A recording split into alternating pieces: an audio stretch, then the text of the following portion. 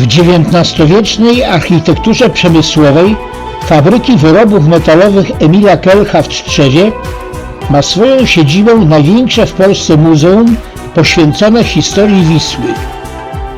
Główny budynek ekspozycyjny wzniesiono w drugiej połowie XIX wieku.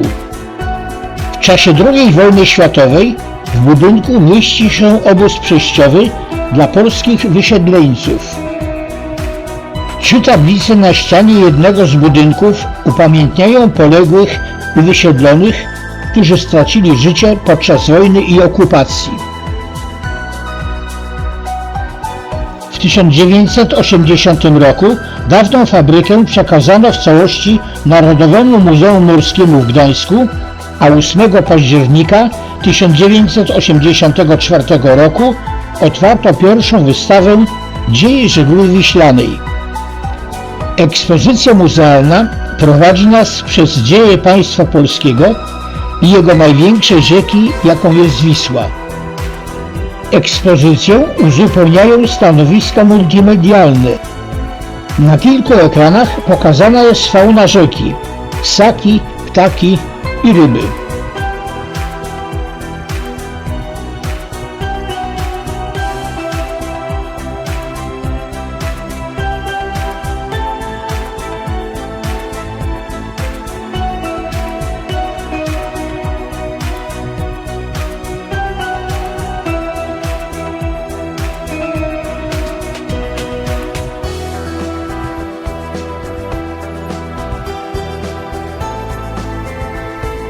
Prezentowane są zabytki archeologiczne, które dokumentują dawne osadnictwo i żeglugę wiślaną. Możemy tu zobaczyć dawne narzędzia, łodzie, modele statków, makiety, fotografie.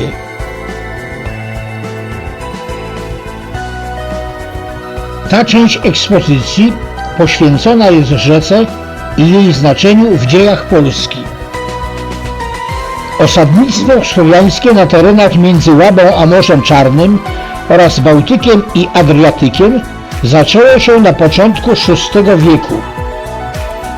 Na terenach dzisiejszej Polski, nad rzekami i jeziorami osiedlały się plemiona Wiślan, Goplan, Biebrzan.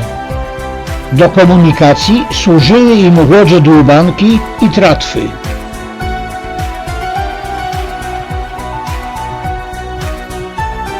Wprowadzenie do Polski zakonu krzyżackiego w 1226 roku przez księcia Konrada I Mazowieckiego okazało się tragiczne w skutkach. Krzyżacy, którzy mieli pomóc w walce z pogańskimi Prusami, wkrótce stali się największymi wrogami Polski. Pomorze ostatecznie wróciło do Polski i w XVI wieku zaczął się złoty okres w dziejach Wisły. Polska stała się spichlerzem Europy. Wisłą płynęło do Gdańska zboże, miód i inne produkty.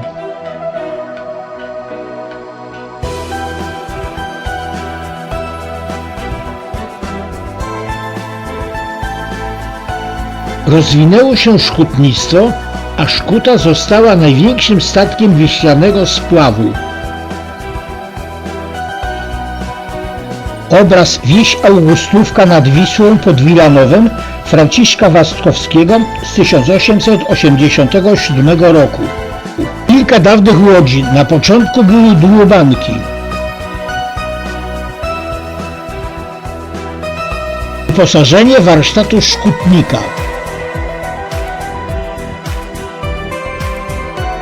Na tablicy pokazano typy statków spławnych.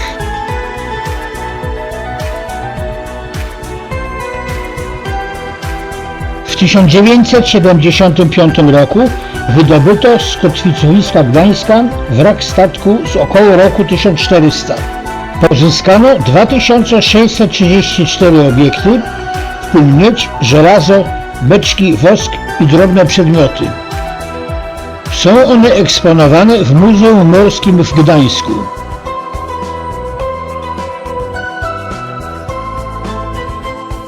Kopia obrazu z 1671 roku Kazanie Chrystusa na łodzi.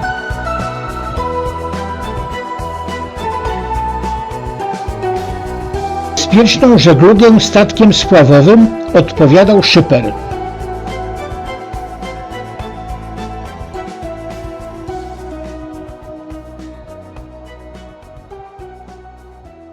Flisacy zabierali na spław własny prowiant.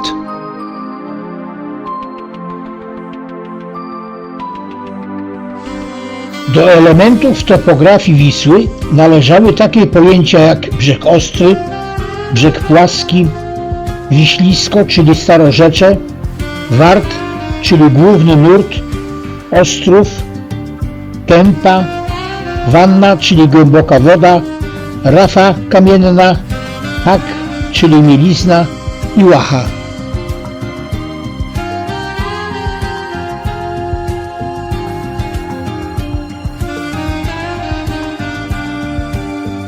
Święta Barbara jest patronką dobrej śmierci i trudnej pracy. Hutników, flisaków, marynarzy, rybaków, żołnierzy i wielu innych. Kto chciał zostać flisakiem, musiał przejść chrzest na flisaka. Ta tradycja trwa po dziś dzień. Polskie flisackie tradycje zostały wpisane na listę Światowego Dziedzictwa UNESCO w 2002 roku.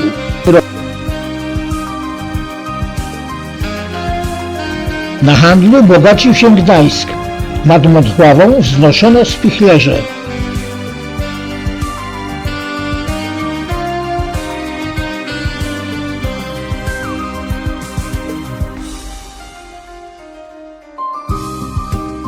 W XVII i XVIII wieku zakończyła się złota era i Polska znalazła się w kryzysie zakończonym rozbiorami przez Rosję, Prusy i Austrię. Pomorze z Gdańskiem znalazło się pod panowaniem Prus, a środkowa Wisła z Warszawą w granicach Imperium Rosyjskiego.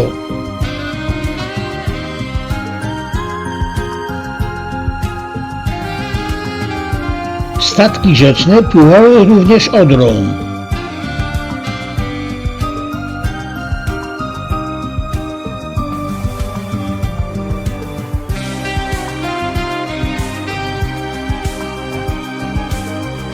Gdy nastał wiek pary, na rzekach pojawiły się bocznokołowce pasażerskie i towarowe.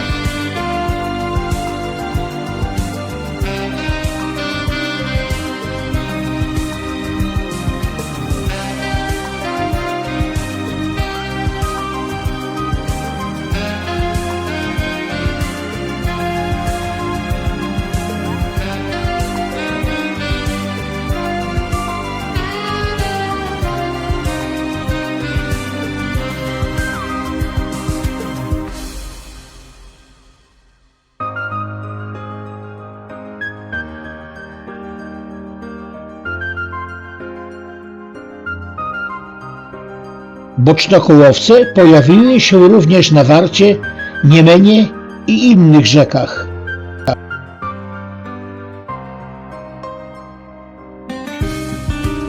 Z dna rzeki wydobywali piasek piaskarze i bagrownicy, pogłębiając jednocześnie jej koryto.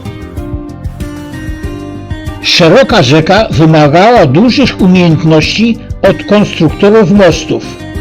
Na fotografiach pokazano niektóre konstrukcje. Rzeka karmiła tych, którzy nad nią mieszkali. Rozwijało się rzeczne rybołówstwo. Kilka obrazów, m.in. rybak z węcierzem i dwaj rybacy przy pracy.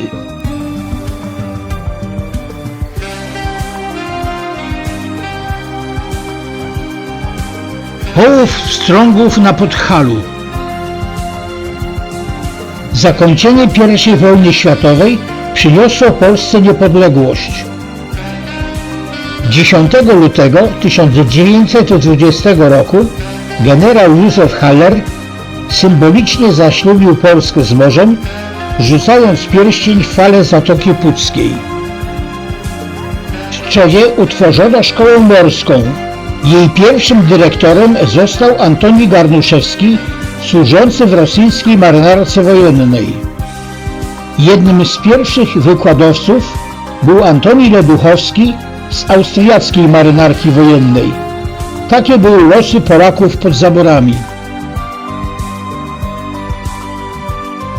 W dwudziestoleciu międzywojennym rozwinęła się turystyka i sporty wodne.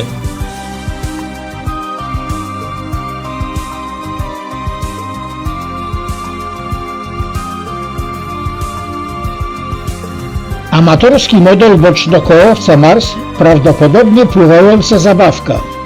Wykonał go syn przedwojennego kapitana Marsa Jana Kwiatkowskiego z Włocławka. W latach 1922-1939 utworzono na Wiśle i Pinie wodenne flotylle rzeczne. Okręty i marynarze tych flotylli brali udział w wojnie z bolszewikami w 1920 roku i we wrześniu 1939 roku.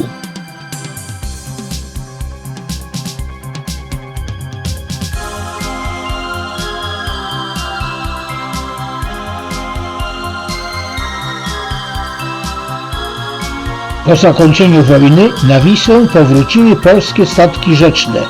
To ich modele.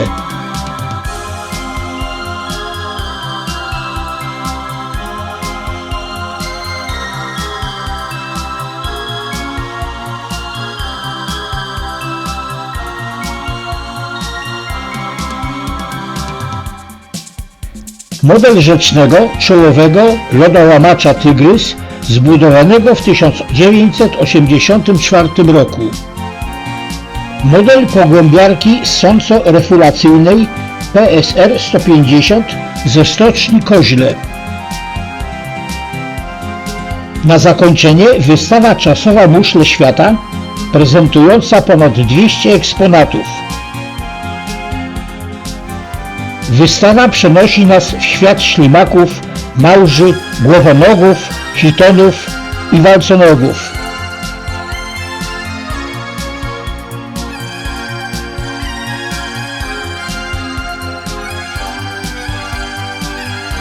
Kolekcję zapoczątkował Eugeniusz Michno, Polak mieszkający na Florydzie.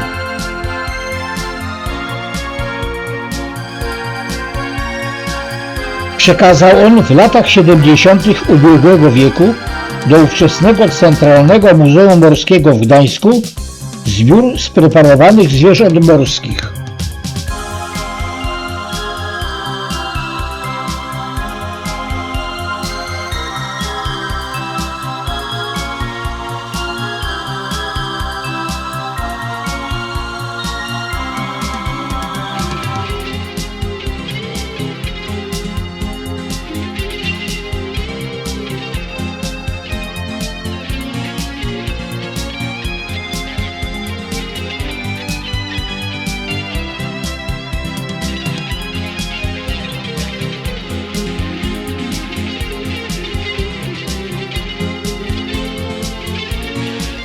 Na ekranie możemy obejrzeć z bliska różne zwierzęta morskie.